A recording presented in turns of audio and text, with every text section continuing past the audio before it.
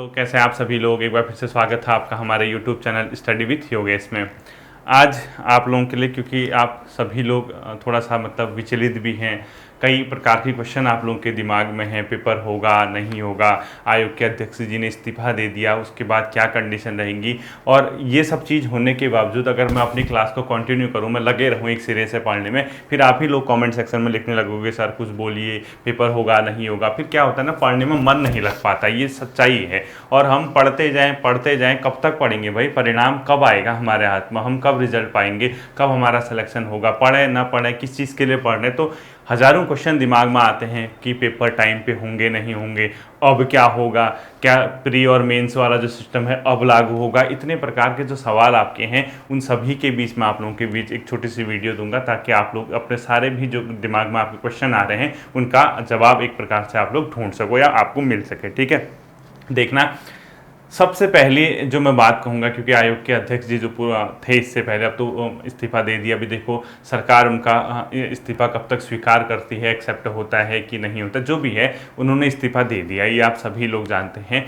और क्या वो इस पूरे प्रकरण में इन्वॉल्व हैं या नहीं है, ये जांच का विषय है। ठीक है, ये कोई मेरे बोलने से कि हाँ सही किया या गलत किया या ऐसा है वैसा है, ऐसा कहने से कुछ भी नहीं होता है। ठीक है, अगर उनकी अच्छाइयों की बात की जाए तो बहुत अच्छे तरीके से उन्होंने चीज़ों को मैनेज भी किया था, ये आप सभी जानते हैं। कई चीज़ों को उन्होंने कोशिश की थी कि पारदर्शी तरीके से हों, और एक लंबे समय तक उनका कार्यकाल रहा। इस दौरान कई पढ़ने वाले बच्चों का भी सिलेक्शन हुआ है। देखो, अंदर खाने क्या हुआ, रियलिटी क्या है, सब चीज़ क्या होगा, वो अपनी जगह है, वो बाद में आएगा। लेकिन जिन पदों से वो रिटायर हुए हैं, जैसे शायद मेरे ख्याल से ACS यानी एडिशनल चीफ सेक्रेटरी तक का पद उनने शासन में धारण किया, कुमाऊं कमिश्नर वो रहे, सचिव हुए रहे, प्रभारी सचिव उनने पद धारण किया होगा, अपर सचिव, जिलाधिकारी, यानी लगभग मोस्ट ऑफ दी जो पोस्ट होते हैं किसी भी एक सिविल सर्वेंट के लिए, एक IAS अधिकारी के लिए, सभी पदों पे वो विराजमान रहे। और अंत में जो कल जिस तरीके से वो इमोशनली आप लोगों ने देखा होगा, वो थोड़ा सा हार्ट ब्रेक यानी दिल तोड़ने वाला तो था ही था। ठीक है, अब इंसान भले ही किस दबाव में करे, क्या करे, अंदर क्या हुआ क्या नहीं हुआ, ये सब जांच का विषय है। लेकिन अगर पिछले 5-6 सालों की बात की जाए, कई ऐसी भी चीज़ें सामने आती हैं जिससे हम ये कह सकते हैं कि वास्तव में उनका कार्यकाल कहीं ना कहीं उत्तराखंड के जो छात्र थे उनके लिए स्वर्णिम अवसर भी था, यानी उन्होंने बहुत सी चीज़ें लेके आए, आप लोग खुद जानते हैं। ठीक है, अब उनका इन्वॉल्व होना या ना होना, वो थे नहीं थे, क्यों पर इस्तीफा दिया, क्या सितंबर में कार्यकाल पूरा हो रहा था, वेट नहीं कर सकते थे, या कई प्रकार के क्वेश्चन है, उस पर हम नहीं जाएंगे। ठीक है, वो बात की बात है। अब मेन क्वेश्चन ये आता है, आप लोगों का पेपर कब होगा, यानी आप लोग कब, अब पढ़ते रहे हो, पेपर कब होगा? भाई पेपर भी तो मेन चीज़ है ना, कि यार हम पढ़ रहे हैं, ये तो अध्यक्ष ये आए, ये गए, दूसरे आएंगे, फिर वो गए, तीसरे आएंगे, तो चलता रहेगा। ठीक है, आयोग को क्यों बनाया गया है, यूके SSC आयोग को? वो इसीलिए कि उत्तराखंड राज्य में जो एक दिवसीय एग्ज़ाम होते हैं उनको, यानी जो ग्रुप C या ग्रुप D लेवल के जो एग्ज़ाम होते हैं उनको कंडक्ट करा सके, और जो ऊपर के एग्ज़ाम होते हैं उसको UKPSC को दिया जाता है, जिसका स्केल वगैरह क्या होता है, ऊपर होता है।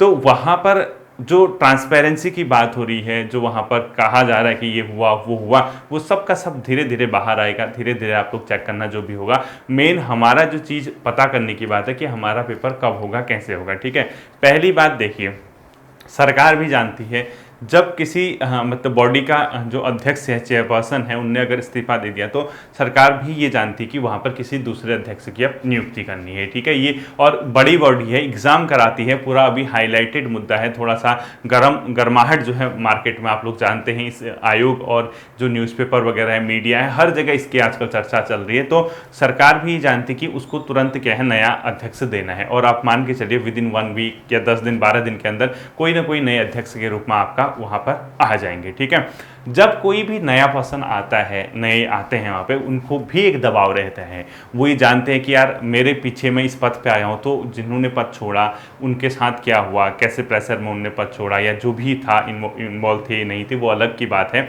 तो वो तो जांच का विषय है। तो वो ये जानते हैं कि यार अभी हल्ला हुआ है, बहुत ज़्यादा हुआ है, मुझे कहीं ना कहीं एक प्रकार से अपनी ओर सबका ध्यान क्या करना है, आकर्षित करना है, तो मैं पूरे अपने जितना बेहतर हो सके, जो कमियाँ थी उस पर काम करते इस आयोग को आगे को लेके जाऊं। ये तो जैसे मुझे है या आपको है, कोई भी इंसान उस पद पे अब दोबारा जो बैठेगा वो यही तो सोचेगा ना, क्योंकि इससे पूर्व जो थे वो उनका इस्तीफा हो गया, अब जो मुझे जिम्मेदारी दी गई तो मैं बेहतर करूँ यही, और बेहतर करने का मतलब जिन चीज़ों को वो छोड़ के गए हैं उसी को तो आगे बढ़ाएंगे ना। तो उनमें सबसे पहली चीज़ क्या है, आपके एग्ज़ाम की, इन एग्ज़ाम टाइम पे कैसे कराए जाएँ। ठीक, अब देखना है, जितना मैं जानता हूँ, जितना मेरा समझ आता है कि विद इन 1 वीक के आसपास आपके अध्यक्ष जी की नियुक्ति हो जानी चाहिए जो नए आएंगे, और उसके बाद देखना वो एक नए संवाद की ओर अपना आएंगे। यानी कहीं ना कहीं नया, शायद एस राजू जी ने ही ये संवाद प्रक्रिया शुरू कराई थी, एस राजू जी ने ही 3 OMR सीट शुरू करवाई थी, कई ऐसे हैं, कई ऐसी चीज़ें हैं जो उन्होंने शुरू करवाई थी। ठीक है, इंसान की अच्छाई भी नहीं भूलनी चाहिए,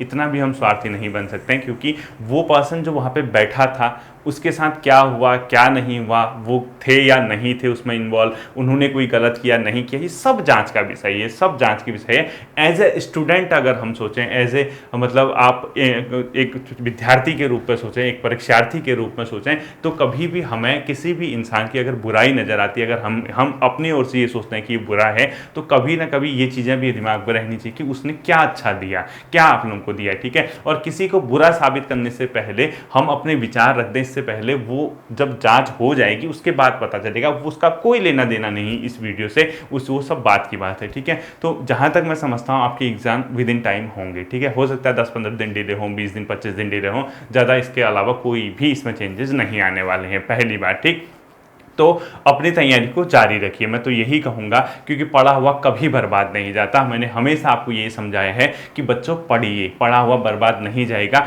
और ये जो अभी मैटर उछला हुआ है इसका बहुत ज़रूरी था बाहर आना, यानी जो गिरोह है, क्योंकि कल आपने सुना होगा इस्तीफे के टाइम उनने भी कई चीज़ें बताई, अभी कई लोग पकड़े जाने हैं, तो इनका बाहर आना बहुत ज़रूरी था, क्योंकि ये हमारे भविष्य का सवाल है। आने वाले समय में जो विद्यार्थी हैं, यहाँ के मेहनती छात्र हैं, उनके फ्यूचर का सवाल है। तो जो अब यहाँ से आगे एग्जाम होंगे, ठीक है, इसके बाद जो आगे आपकी परीक्षाएं होंगी, उस पर ये मान के चलिए कि इस प्रकार की सेंधमारी होने के बहुत न्यून चांस होंगे फिलहाल के लिए, यानी कुछ 3-4 सालों के लिए तो मान के चलिए कि इस प्रकार की चीज़ें नहीं होंगी। अब जो मेहनती विद्यार्थी हैं, जिनका किसी वजह से नहीं हो पा रहा था, उनको एक चांस मिल गया, क्योंकि आगे पटवारी, दरोगा, पुलिस कांस्टेबल, फॉरेस्ट गार्ड आदि एग्जाम है। इसके अलावा कई आपकी जो विज्ञप्तियाँ आएंगी, आज भी अखबार में सुना होगा आपने, और ये रियलिटी है, विज्ञप्तियाँ तो आनी है। ठीक है, वो यूके SSSC में भी आनी है, यूके PSC में भी आनी है, ये श्योर है, विज्ञप्तियां आने वाली हैं। अब वो कब तक आई, क्या आई, वो मतलब आने वाला समय बताएगा, लेकिन विज्ञप्तियां सरकारी विभाग में खुलने वाली हैं।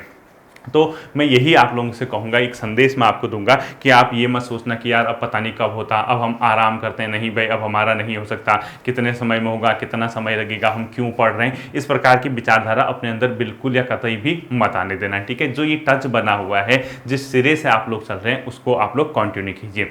दूसरी बात, फिर से वही डाउट, क्योंकि जब मैं कभी सोशल मीडिया पे आता हूँ या कभी यूट्यूब वगैरह के कमेंट सेक्शन पे आता हूँ, फिर वही क्वेश्चन पूछा जाता है कि क्या जो प्री और मेंस का कॉन्सेप्ट है, अभी देखिए प्री मेन कॉन्सेप्ट हुआ नहीं है बच्चों, वो एक प्रकार का विचार रखा गया है कि हम इस तरीके से आगे प्लान कर रहे हैं, और प्लान करने और उसको धरातल पर उतारने में अभी समय लगेगा, सरकार से परमिशन लेनी पड़ेगी, नियमावली में परिवर्तन करना पड़ेगा, कितने पेज हैं, होता है नहीं होता, किस लेवल के एग्जाम के लिए हो सकता है सिर्फ स्नातक स्तरीय परीक्षा के लिए हो, अगर 2 चरणों में एग्जाम होता है, क्या सेकंड स्टेप में आपका जो लिखने वाला होगा या ऑब्जेक्टिव ही होगा, उसमें कई क्वेश्चन है। ठीक है, वो बात की बात है, वो फ्यूचर की बात है। फिलहाल जो आपके विज्ञापन आ चुके हैं उसमें परिवर्तन नहीं होगा, वो तो उसी तरीके से कराया जाएगा, उसमें अचानक से कैसे करा देंगे बताओ। ये मुझे तो नहीं लगता कि पटवारी, लेखपाल या इन एग्जामों में या दरोगा के एग्जाम में 2 स्टेप में एग्जाम होंगे, मुझे नहीं लगता। ठीक है, क्योंकि इनका तो विज्ञापन ऑलरेडी आ चुका है और विज्ञापन में पहले ही शर्तें हैं कि ये चीज़ें होंगी। अब ऐसा थोड़ा ना कि 20 से पकड़ के मेन से करा दें, प्री करा दें, इस प्रकार का मुझे नहीं लगता। अब क्या रणनीति है क्या नहीं है, वो बात की बात होगी, वो आने वाला समय आपको बताएगा। ठीक है,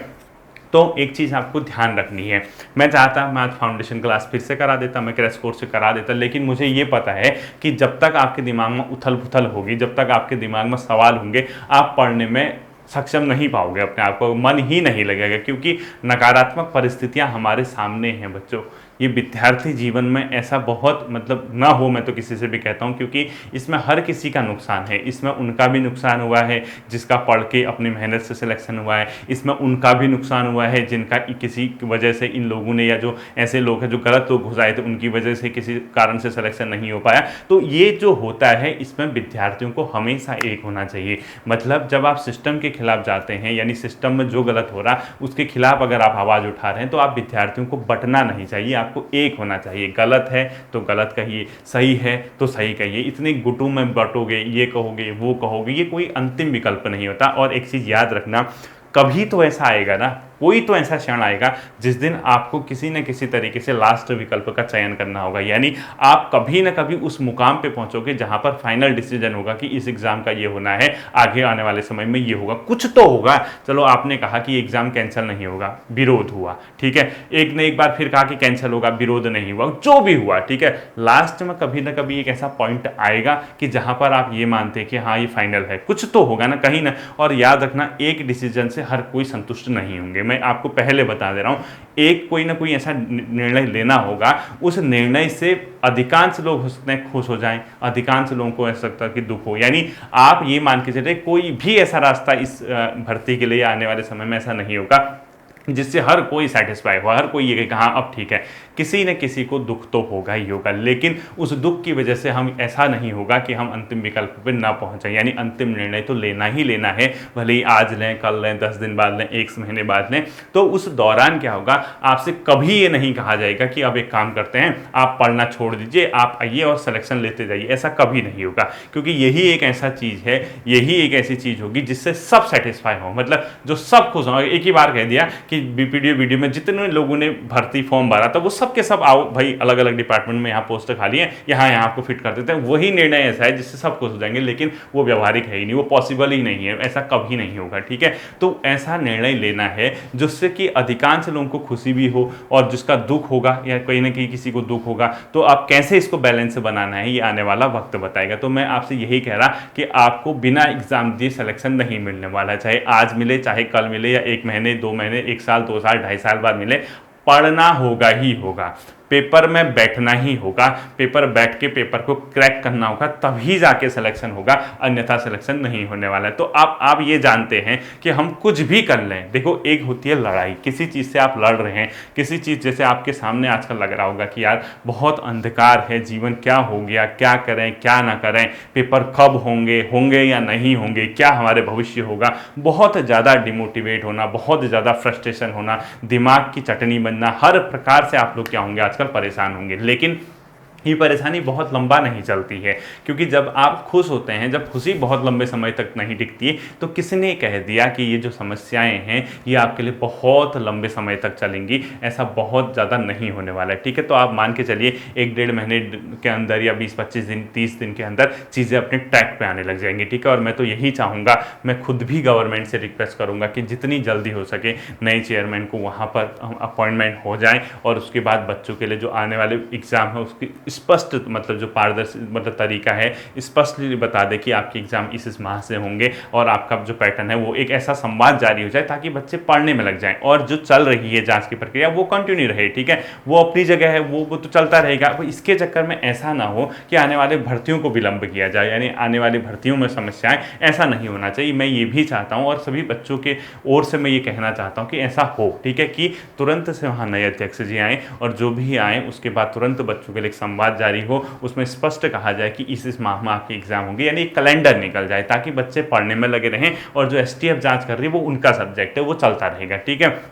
तो बच्चों ये मत सोचना, ठीक है, हमारे पेपर नहीं होंगे, हम क्या करेंगे, कैसा होगा, बिल्कुल मत सोचना ऐसा। होंगे पेपर, अपने समय पे होंगे। 1 आध हफ्ते के अंदर आपको शायद नए अध्यक्ष जी मिल जाएं, वो भी जोश से, गर्म जोशी से आएंगे, उनको भी पता है कि यार अब मेरे अंदर दायित्व आया है, इस दबाव में वो पद धारण करेंगे, क्योंकि उनको भी प्रेशर रहेगा, अभी मीडिया उनके पीछे भी पड़ेगी, आप क्या करेंगे, कैसे रिफॉर्म करेंगे, किस तरीके से होगा, हर प्रकार से सवालों से वो भी गिरेंगे। तो वो वहाँ पर आदमी चाहता है कि मैं भी नंबर कमाऊँ, हर कोई चाहता है, मुझे ही उस पद पर बैठा दें, मैं भी कहूँगा कि ऐसा करेंगे वो करेंगे। तो हर कोई बेहतर करने की सोचता है, गर्मजोशी के साथ कार्य करने की सोचता है। उसी दौरान आपका क्या होगा, आपके लिए एग्जाम का कैलेंडर आएगा और आपको फिर से क्या करना है, जुट जाना है, ठीक है। तो ये मत सोचना आप कि हम पढ़ाई नहीं करेंगे, अभी हम बंद कर दें। मैं अभी भी रिक्वेस्ट कर रहा हूं, मैंने हमेशा आपसे कहा जब जब नकारात्मक परिस्थितियों से आप घिरे रहते हो तब तब मैं आपके बीच आ जाता हूं, और वो इसीलिए आता हूं क्योंकि मैं चाहता हूं कि हमने जो किया है 2-2.5 साल से, 1.5 साल से इतनी तपस्या की है, इसका हमें परिणाम मिले। इस समय को हमने जो अपना खर्च किया है या हमारा अपना समय समय हमने इस पर लगाया हुआ है तो इसका हमें रिजल्ट मिले। भले ही सिलेक्शन हो ना हो, एग्ज़ाम टाइम पे होने चाहिए। बच्चों को एक मौका मिलना चाहिए कि वो बैठें, एग्ज़ाम में देखें, सिलेक्शन होने वालों का सिलेक्शन हो, फेयर तरीके से हो, जिसका नहीं हुआ वो फिर से क्या करे, उठ खड़ा हो, फिर से एग्ज़ाम में बैठने के लिए तैयार हो, फिर से लड़ाई लड़ने के लिए वो तैयार रहे। ठीक है, ये चीज़ें हमेशा अपने दिमाग में आपको क्या रखनी होंगी, सलाम मतलब सही तरीके से माइंड पे रखनी होंगी। अब आती है लास्ट बात की सर जो फाउंडेशन क्लास है वो कब से शुरू होगी, अब क्या होगी। ठीक है, देखो फाउंडेशन क्लास 15, क्योंकि अभी आप लोग जानते हैं आगे 15 अगस्त, उसके बाद बीच में मैं भी छुट्टी में हूँ तो उस दौरान आपका क्रैश कोर्स ही आएगा। फाउंडेशन क्लास में कोशिश करूँगा कि एक क्लास आपकी कल आ जाए, क्योंकि वो आप जानते ही हैं यूकेपीएससी के भी तो एग्ज़ाम होंगे। अभी यूकेपीएससी आरओ का एग्ज़ाम आने वाला है, बहुत जल्दी नया कैलेंडर जारी होगा। ठीक है, उसमें शायद अपर पीसीएस की पोस्टों के लिए भी आपको पूरी जानकारी मिलेगी। 2023 में अपर पीसीएस, यानी हो सकता है 22 के एंड में ही आप अपर पीसीएस आपको आ जाए इस भर्ती प्रक्रिया के चलने के साथ साथ। ठीक है, तो वहाँ पर जो अभी नए चेयरपर्सन है यूकेपीएससी में, वो मतलब बहुत एक प्रकार से, क्योंकि प्रॉपर आईएएस का वहाँ पर बैठना बहुत ज़रूरी होता है, वो प्रॉपर आईएएस अधिकारी हैं, उनका बहुत ज़्यादा नाम है, बहुत ज़्यादा उन्होंने रिफॉर्म भी किए हैं जहाँ जहाँ वो रहे हैं। तो इसी वजह से यूकेपीएससी में भी आप लोगों ने हाल फिलहाल के दिनों में बहुत बढ़िया बढ़िया रिफॉर्म देखे होंगे। कैलेंडर कभी जारी हुआ नहीं हुआ, तो आपका फिर से कैलेंडर आने वाला है, बहुत जल्दी संभवतः तो कैलेंडर आ जाएगा। तब आपको ये समझ में आ जाएगा कि यार हाँ, अब कैलेंडर वगैरह आ गया, हमारे सामने ये पद हैं, और हमने अगर अभी से पढ़ाई की, अभी से हम अगर तैयारी कर रहे हैं, तो मान के चलिए कि हमारा जो आने वाला समय है वो बहुत ही सुंदर होगा, बहुत बढ़िया होगा, और ये हमें क्या करेगा, एक न एक दिन हमारी मंजिल तक पहुंचाएगा। तो नेगेटिव परिस्थिति से थोड़ा सा बच के रहिए, इन नेगेटिव चीज़ों से दूर रहिए। जो भी हो रहा उसका परिणाम अच्छा होगा, जो भी होगा आपके हित में होगा। थोड़ा सा वेट कीजिए, थोड़ा सा सब्र कीजिए। आप लोगों को ये बात समझ आई होगी, उम्मीद करता हूँ। हम कल फिर मिलेंगे एक नए वीडियो के साथ। अपना ध्यान रखिए। Thank you.